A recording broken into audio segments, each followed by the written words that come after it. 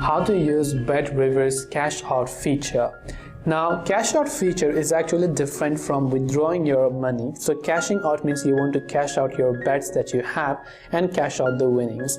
And in order to do so, first of all, launch the BetRivers application, and this is the type of interface that you will be able to see. Once you've done that, you want to log into your account by tapping the login option from the top right, enter your state, email or your screen name, and then your password, and tap the login button. Now after you've done that, let's say you want to find and cash out use the feature, right? You have to tap the profile icon and select my bets if you find them. Otherwise, you can also try to come to your bet slip or my bet section.